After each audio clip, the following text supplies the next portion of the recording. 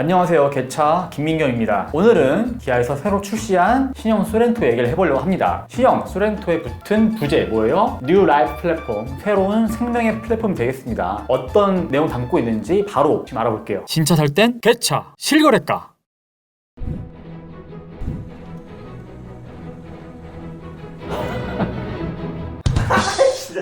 신형 소렌토를 그려봤습니다. 그림 통해서는 유추하기 어려운 분들을 위해서 잠깐 사진 첨부할게요. 보시죠.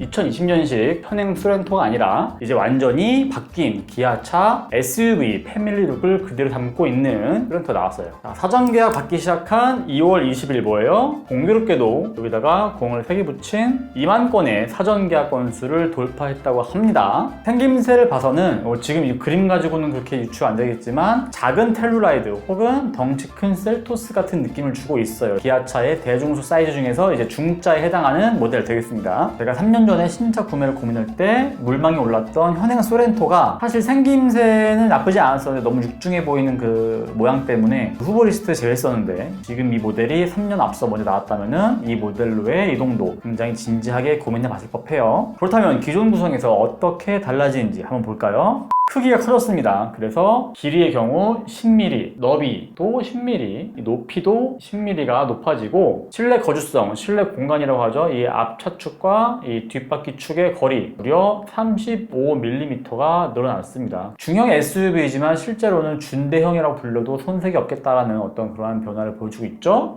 엔진 구성은 어떻게 달라졌을까요? 기존에 디젤이 2.0, 2.2 그리고 가솔린 모델 2.0 터보가 있던 거에서 이제는 2.0이 삭제되고 2.2 디젤 유지가 됩니다. 그리고 1.6L에다가 전기모터 얹은 하이브리드 라인업까지 이번에 신설이 돼요. 그리고 이번에는 볼 수 없지만 뜨거운 여름에 만나볼 수 있는 뜨거운 성능 2.5L 가솔린 터보 모델, 따라서 기존의 2.0 가솔린 터보가 제공하던 운전 재미보다 더욱 극대화된 어떤 주행감 보여줄 수 있겠죠. 즉 이렇게 해서 세 가지 엔진 구성을 얹고 있는 게 이번 신형 소렌토에서 보여지는 변화입니다. 다음으로 안전 편의 기능 어떤 게 달라질까요? 무릎 에어백이 추가됐습니다. 그리고 이번에 새롭게 들어간 신기술이죠. MCB, 즉 다중 충돌 방지 시스템을 넣고 있어요. 이건 뭐냐? 우리가 안전도 테스트할 때 충돌 실험을 하면은 스몰 오버랩이라 해가지고 이 운전석 쪽 차체 전면의 한 25% 정도를 어떠한 장애물에 비껴 맞게 하는 그런 테스트 있어요. 그 테스트 영상 잠깐 보실까요?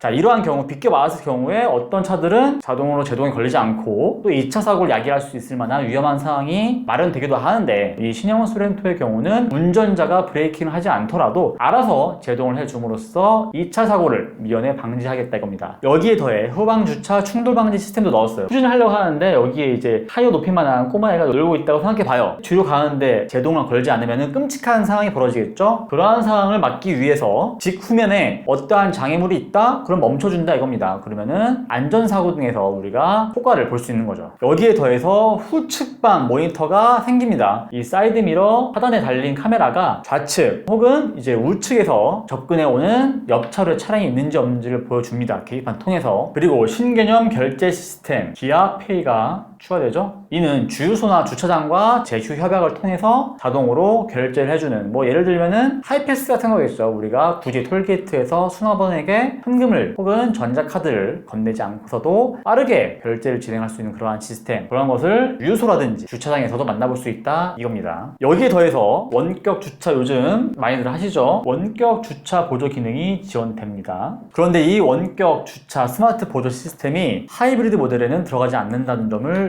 염두에 두셔야 할 것 같습니다. 뭐 저는 이런 기능 쓸 필요가 없으니까. 왜요? 저는 공간감이 좋거든요. 예.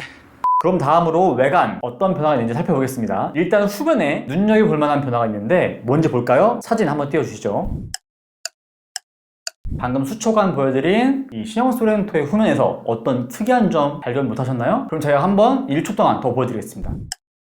그래도 모르시겠다고요? 제가 말씀드리겠습니다. 와이퍼가 없어졌습니다. 이제 신형 소렌토에서는 우리가 안경 세척할 때처럼 초음파를 쏴가지고 뒤에 붙은 물이라든지 오물을 떨어낸다고 합니다. 는 구라입니다. 이번 시형 소렌토에서는 이 와이퍼가 원래 이 하단에 있었는데 그게 아니라 위쪽으로 올렸다 이거예요. 이렇게 올리는 거 어디서 많이 하고 있죠? 레인지로버 같은 고급 SUV에서 쓰고 있습니다. 그렇게 했을 경우에 와이퍼에 먼지라든지 이 위에 어떤 게 쌓이기 마련인데 이렇게 위에 올려놓으면은 그럴 리가 없겠죠. 그리고 이렇게 뒷날개가 오물을 막아주기도 하기 때문에 미관상으로 보기 좋은 모습 유지할 수 있다는 점이 이번 신형 소렌토의 달라진 표면 내용 되겠습니다. 다음으로 우리가 봐야 할 부분은 휠입니다. 휠. 기존에는 디젤 모델에 19인치까지 들어가는 게 기본으로 제공하는 가장 큰 사이즈의 휠이었죠. 이제는 여기서 20인치의 크롬 스포터링 휠을 적용하기 때문에 보다 커진 차체에 걸맞게 타이어도 한 사이즈 키워서 넣을 수 있겠습니다. 다음으로 구동 방식. 기존 소렌토에서는 럭셔리 트림에서 우리가 사륜 구동을 선택사항으로 넣을 수가 없었죠. 그런데 이제는 시작 트림인 트렌디부터 트렌디하게 전자식 사륜 구동을 넣을 수 있게 되었습니다. 이름에 걸맞는 변화.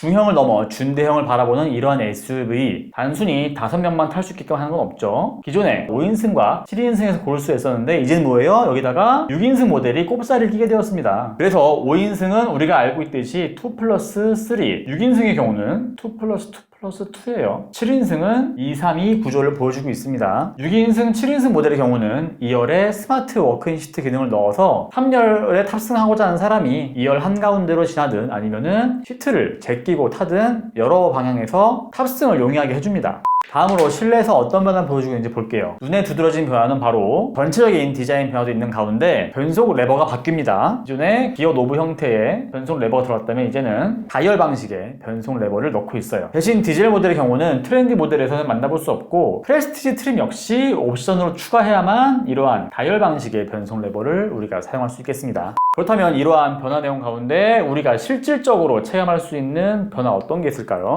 바로 연비 되겠습니다. 연비. 디젤 엔진의 경우 5인승 18인치 휠을 얻는 경우에 우리가 따져본다면 13.6km/L, 즉 1리터로 13.6km라는 평균 연비를 보여주고 있던데 반해서 이번에는 경량화를 이룬 만큼 14.3km로 연비가 소폭 상승한 모습을 볼 수 있겠습니다. 참고로 하이브리드 모델 역시 5인승 17인치 모델 기준으로 했을 때 15.3km/L니까 디젤과 하이브리드 모델 모두 연비 측면에서 이점을 얻을 수 있겠다는 점 우리가 볼 수 있겠죠. 신형 소렌토 방금 말씀드린 내용 말고도 우리가 체크해봐야 할 부분 참 많은데 일단은 주요한 내용 위주로 알아봤습니다. 그렇다면 여기서 제가 추천드리는 구성은 무엇일까요? 저는 일단은 디젤보다는 이 하이브리드라고 하는 파워트레인 쪽으로 좀 더 기울고 있습니다. 하지만 여전히 SUV는 디젤이다 이렇게 생각하시는 분도 있을 테니까 이러한 부분은 취향에 맞게 고민을 해보시면 좋을 것 같아요. 요즘은 이제 선진화된 파워트레인 쪽을 우리가 많이 생각을 하다 보니까 일반적인 요즘 인식하에 봤을 때는 여러모로 하이브리드가 좋겠다. 제가 이렇게 말씀드릴 수 있는 이유는 또 하나 있죠. 시작 트림에 있어서는 약간 가격 차이를 보일지 몰라도 좀 더 상위 트림으로 넘어간다고 한다면 디젤과 하이브리드의 가격 차이가 점점 좁혀지기 때문에 이러한 측면을 봤을 때도 저희가 하이브리드를 추천드리고 있는 배경이죠. 실제로 사전 계약을 진행한 분들 중에 다수가 하이브리드 쪽을 택하고 있다고 합니다. 트림별로 보자면 이제 디젤의 트렌디를 빼고 프레스티지 트림 그리고 노블레스 더 나아가 시그니처 트림까지 있죠. 그런데 디젤과 하이브리드의 가격 차이 보면은 160, 140, 120 이러한 순서로 줄어들고 있어요. 여기에 더해서 자동차세 역시 배기량에 근거한 과세가 되다 보니까 2.2L의 디젤과 1.6L의 하이브리드 차이가 있겠다 이겁니다. 1.6L는 29만원인데 반해서 2.2L는 연간 57만원을 납부해야 하니까 자동차세 측면에서도 절감된 효과를 얻을 수 있겠죠. 그리고 유지비 역시 하이브리드는 시내 주행이 좋고 고속 주행이 불리하고 디젤은 시내 주행에 불리하고 고속 주행이 유리하다 이렇게 아시는 분들이 계실 텐데 현대기아의 하이브리드는 사실 고속 주행, 시내 주행 가리지 않고 연비가 좋게 나오다 보니까 유리비 차이가 그렇게 크지가 않습니다. 이런 내용들 전반적으로 봤을 때 저는 하이브리드를 추천드리는데 다만 여기에 한 가지 단점이 있죠. 아까 말씀드린 대로 원격 스마트 주차 보조 이 기능이 왠지 모르겠지만 하이브리드에서는 지원이 되지 않고 있다 보니까 이 내용을 중요하게 생각하는 분들이라면 디젤의 최상위 트림, 시그니처 트림으로 가셔야 할 것 같습니다. 제 기준에 의한 선택 하이브리드 노블레스 트림으로 가는 경우에는 계기판이 12.3인치로 넉넉하게 풀사이즈로 전면 스크린화 하다 보니까 이러한 측면도 괜찮은 것 같아요. 여기에 더해서 아까 제가 말씀드린 풀측방 모니터 이때 보니까 저는 하이브리드